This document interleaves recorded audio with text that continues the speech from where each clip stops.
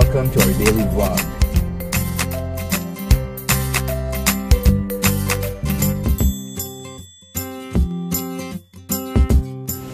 So guys, enjoy watching. Good morning! Dito mag-gym kami ngayon. Tapos, hindi ako nakapag-vlog pagising ko. Kasi super low bat ng phone ko. Tapos, inaantay ko yung vlog namin yesterday. Kaya lang, processing ulit siya kasi nga, tawag dito, namatay yung phone ko kagabi. Kaya yun. And, magka-coffee muna kami bago kami mag-gym. Buti na lang may saging kami, so hindi na kami bibili later. Diretso na kami. And mag-rubber shoes na lang ako. Tapos, na-ready ko na yung water, coffee na lang. Sige guys, later na lang. Hello, meron palang dala si Hans. Ay, ikaw muna. Hi guys, good morning. So, we're having breakfast, and what a way to start your day at the gym. Working out with a cup of coffee, and at the same time, some bananas. So, this will really get your energy up and give you that quick energy boost. Hyper. Mabiligan pala kasi siya ng TL niya ng Mr. Buds. Yeah. Peanut brittle. Yeah. Thank you. Thank you so much for that peanut brittle at saka dun sa first person. Hello, bala ka pa. Maraming salamat. Mahal na mahal ka kami. Thank you. Mamaya meron na kaming dessert. After workout, peanut brittle. Wow. Okay ang workout niyan. Sulit na sulit. Bawing-bawing. Sige guys, malapit na kami matapos mag-coffee. Tapos lalakad na kami going to gym. Naglalakad na kami ngayon. Meron pa kami 4 minutes. Siguro 4 minutes nandun na kami. So, lapit na kami sa gym namin. Excited na ako kasi diba last week twice lang kami nag-gym kasi hinatid yung ref ng Friday. Ayan. So pala may barbershop dito eh. Bilian ng mga 60 ba? Yan lang nga nag-gym oh. Mga nakapark na. Tapos lang namin mag-workout. Dito na kami. Konti lang tao. Ewan ko kung bakit kasi Tuesday or what. Si Heinz malapit na 2 sets na lang. 9:25 na. Hello, bahay na kami. Kaya ngayon, nakagpalit na rin ako. Tapos, iinitin ko na lang yung pestong natira kasi may isa pang tray doon na may pesto pa. So, yun na yung lunch namin. Sige guys, maya na lang. Asikasin ko muna rin tong food and naka-ready na yung sibuyas tsaka yung itlog. Gagawa ko ng egg spread eh. Ayan. Dinaraan ako ni Mama. Kasi diba ang daming pinadala sa aming mayonnaise tsaka itlog. Kaya paubos na yung egg spread namin. Ayan o. Kaya, ito siya. Yan. Kaya, ayan. Gagawa na. Hello. 12 na. Ang dami naming nagawa. Nakain na kami. Ganyan. Kaya ngayon, sabay. Nakikisabay. Nakapag-plancha na rin si Heinz ng susuotin niya later. Tapos, i-idlip muna kami. Tapos, pupunta ako ng SM later. Kaya, kaya papahinga muna ako. Tapos, maliligo. Hindi ako pwede umidlip. At bakit? Bakit hindi pwede? Baka hindi ka makatulog mamaya. Baka daw hindi ako makatulog mamaya. Yun lang ang disadvantage pag kasi. Pero we'll see. Mag-aayos muna ako. And kumain na kami ng peanut brittle. And nakagawa na rin ako ng egg spread. Kaya bago ko umalis may kakainin ako, diba? And gagala na naman ako mamaya. Sige guys, later na. Parinig mo sa kanyang kinakanta ko kanina. Secret na natin. Pilya-pilya pa yung kanta niya kanina. Ngayon, ang sipag niyan magpalit ng plastic sa basurahan. Bakit ka ganyan? Bakit malinis? Parang hindi... Tapos minsan hindi pa puno. Pinapalitan niya na agad. Masyadong OA. OA mo, Jel. Alam mo yun? Ang hisipag magtapon ng basura kahit sa baba pa yung tapunan. No? Hey. Hello guys, I'm back. sinamahan ko lang si Heinz matulog. Tapos nung nakita ko naghihilik na siya, tumayo na ako. Kasi gusto niya bago siya matulog, katabi niya ako. Ganyan yan. Tapos sabi nga niya, aalis ka mamaya. Ganyan-ganyan pa siya. Gusto niya kasi kada nagigising siya, nasa tabi niya ako. Hindi naman pwede yun kasi may gagawin din ako, diba? Tapos, tawag dito, punta ko ngayon ng SM South Mall. Ang ganda ng weather ngayon, hindi mainit, kaya okay lang maglakad-lakad. And then, may kailangan din kasi akong asikasuhin sa bangko. So, yun lang. Later na lang ulit, guys. Magpapatuyo lang ako ng hair. Tapos, alis na. Parang may rashes ako. Hindi ko alam kung bakit. Kakain muna ako ng ng egg sandwich. Kasi, linamihan ko pala yung onion. Mas masarap kapag mas marami siyang onion. Buti nga nagustuhan ni Heinz eh. Kasi meron pa kaming pasta. Ay, bukas gusto ko, sabi ko, tilapia ulam namin. Namimiss ko ng mag-fish. Tapos, yun lang. Walang masabi eh, no? Sige guys, kakain muna ako siya. Mayonnaise lang, tapos onion, tapos hinaluan ko lang siya ng salt and pepper. Yan. Mas masarap, mas maraming onion pa. Pick up lang ni Kuya ng papadala ko. Ayan, ano ba yun? Kunin ako yan. Alis na ako. Ay, salamin ko pa lang. Sabi ko na nga, makalimutin talaga ako eh. Yan, salamin ko. Pag dyan lang, pag di ako nag-makeup, nakasalamin ako. Diba? So, ay, linisin ko muna. Saglit lang, ha? Tapos, alis na rin ako. Lalakad na ako, magko-commute lang ako. Sa tricycle na naman ako, iya. Ito na ako ngayon sa SM. Punta muna ako sa video.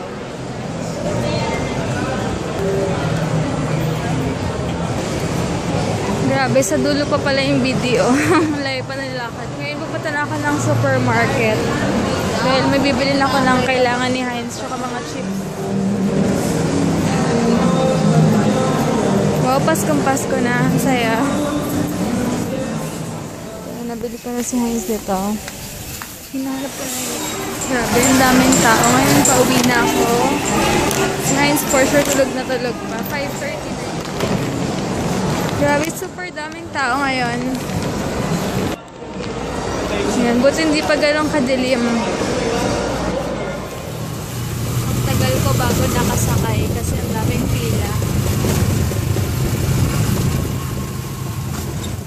Malapit na magdilim. Finally, bahay na ako. Magiligpit muna ako para pagising ni Heinz malinis-linis kasi nagkalat ako kanina kasi nga nag-ayos pa ng mga order and mga dito. Naglaba ako ng konti kanina, hindi alam ni Heinz kasi nilaban ko na yung malinipis na tela ng mga damit namin kasi buti nga mga t-shirt and mga damit ko malinipis yung tela. So, madaling labahan. Sabi ko, kawawa naman kasi Thursday yung schedule niya na maglaba.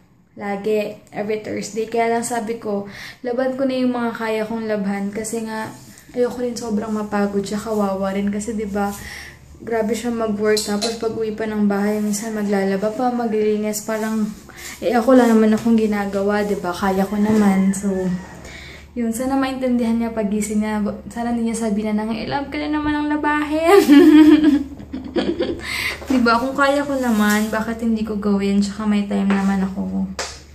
Ganun pala talaga, kapag love mo yung isang tao, hindi mo na binibilang yung mga gagawin mo para sa kanya or what. Parang, kusa na lang pala, I mean, kahit alam mo mahirap, hindi ka sanay, pero gagawin mo kasi love mo yung isang tao. Parang ganun, ganun pala, emotera. Pero hindi guys, totoo talaga. Ngayon kasi kahapon yata. Kaya ba naglaba ako ng mga underwear.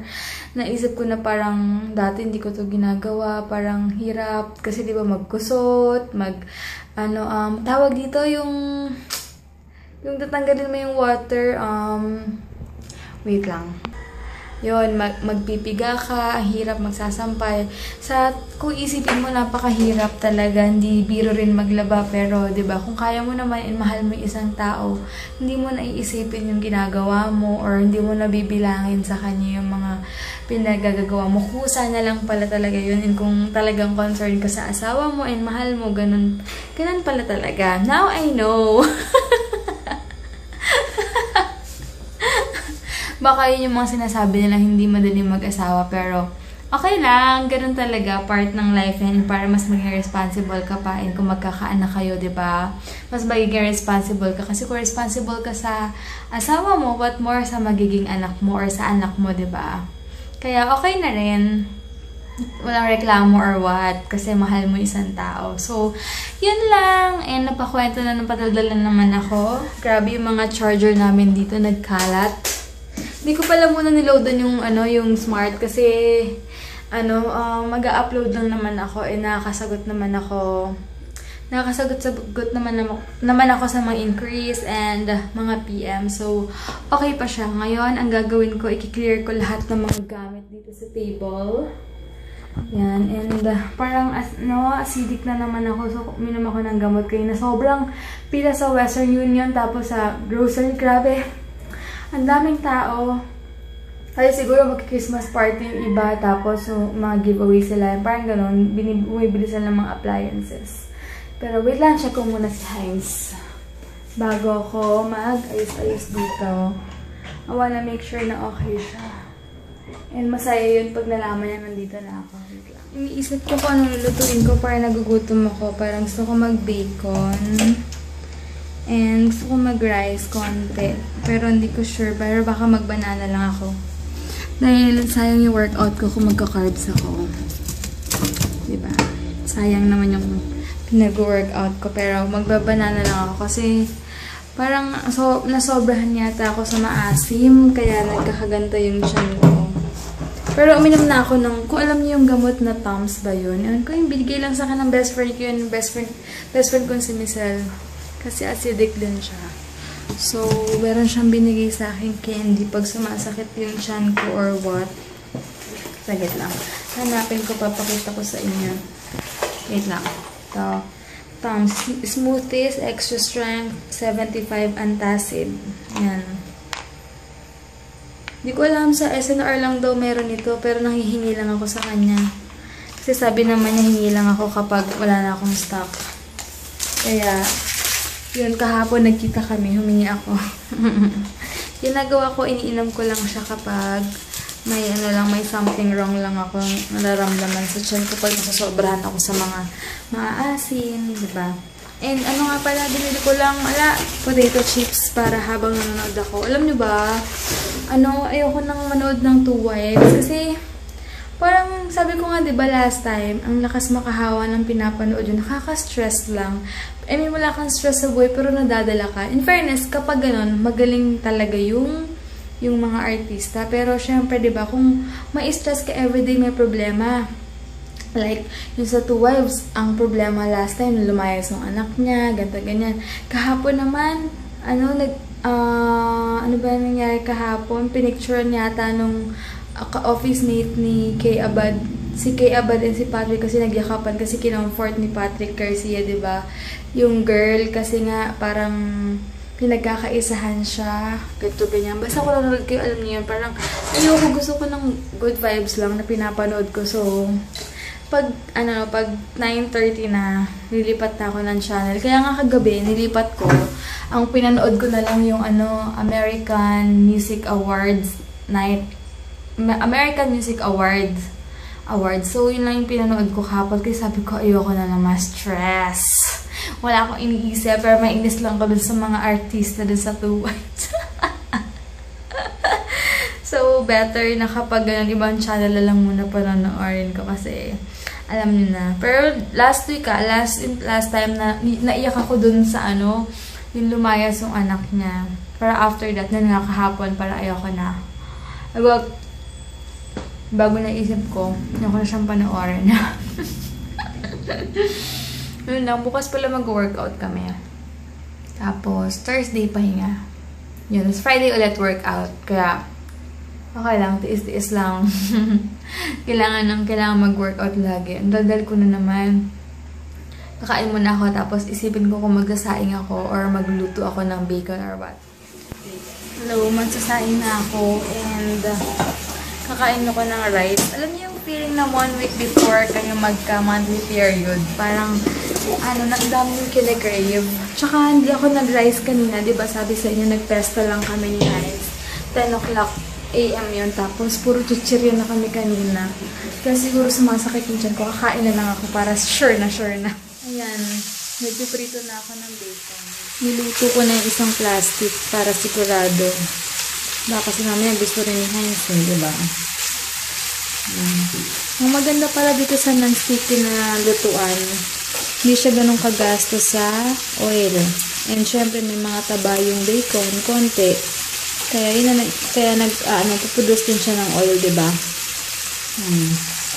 Ito na lang. Gusto ko kasi sa bacon yung super toasted eh. Si Heinz, medyo gusto na hilaw-hilaw pero baka hindi siya kumain kasi gabi na. Pero ngayon lang ulit ako mag-rice sa gabi kasi kanina hindi ako nag-rice. Ang aga-aga namin kumain. Tapos umidlip ako. So hindi talaga ako nakakain ng heavy kaninang umaga. Pero hindi ako makain sa gabi dahil na pag heavy yung kinakain ko sa morning. So ngayon nagutom talaga ako. Ay, oo nga pala. Alam nyo ba? Di ba nung unang grocery namin ni Heinz, ang binili namin ano ba to? Dishwashing liquid soap para sa mga dishwashing. Kaya nga, dishwashing, diba? Yung binili namin dishwashing na unang-una namin grocery is bonus.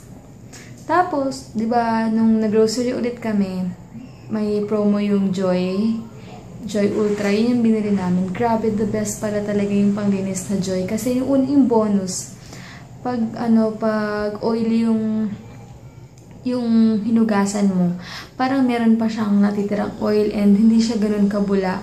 Pero yung Joy, super bula. Tapos kapag hinugasan mo na yung hugasan mo, grabe, as in, ano ba tawag dun? Hindi na siya madulas. Ang ganda, as in, ewan ko kung alam nyo na to or may iba pang mas maganda or ngayon, ako lang ko lang nalaman to. Huli na yata ako sa balita pero na-amaze talaga ako sa Joy. Hindi na ako magpapalit ng panghugas ng plate. Kung hindi Joy na lang talaga. Ayan, tumulog na yung rice cooker. Isa na lang. Tsaka kasi gusto ko sa rice, ayoko ng sobrang basa. Gusto ko yung mahilaw-hilaw. Hi kay Jellins! Tama na ba yung pag-pronounce ko? Jellins? Okay. Babawi ako kasi. Ewan ko kung ano bang nasabi ko kahapon pero Jellins daw yung pag-pronounce, sabi nga sa Instagram ko. Ayun. Yun lang. Grabe, nabusog ako. Naubos ko yung kalahating kilo ng bacon. Ako lang umubos. Buti na lang na inubos ko kasi si Heinz, hindi lang siya kakain. Ayaw niyang kumain talaga ng mga ganyan sa gabi. Oats lang daw siya later. Naghilamos na ako. And, ayan. Nanood lang ako ng, Forevermore. After yan, hindi ko alam, ilipat ko na. And nila si Heinz.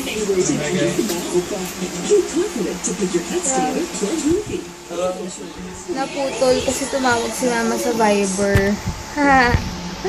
Ayun, end ko na yung vlog ko guys. And di ako umidlip. Kaya inaantok na ako. Bukas na lang. Bukas gym ulit. Woo! Tas Thursday pahinga. Sige guys, thank you for watching. Bukas na lang ha. And, yun lang. Wala lang nasabi. Bye!